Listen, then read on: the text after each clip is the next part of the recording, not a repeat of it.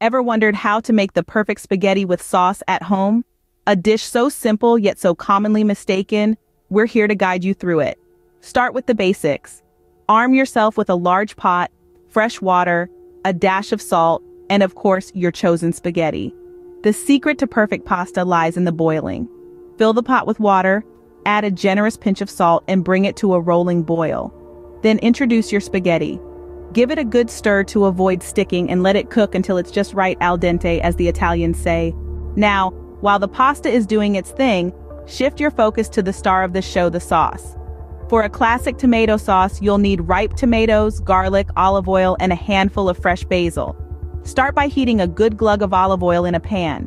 Once it's hot, add finely chopped garlic, cooking until it's fragrant but not burnt. Next, add the tomatoes. Freshly diced, canned, or pureed, all are welcome. Let it simmer, allowing the sauce to thicken and the flavors to marry. Patience is key here. Remember, good things come to those who wait. Now it's time to add the basil. Tear the leaves, don't chop them. This releases their aromatic oils, adding a depth of flavor to your sauce. Stir it in, add a pinch of salt and pepper to taste, and voila, your sauce is ready. Back to the pasta. By now it should be perfectly al dente. Drain it, but reserve a cup of the pasta water. This starchy liquid is a secret ingredient to bind the sauce and pasta together seamlessly.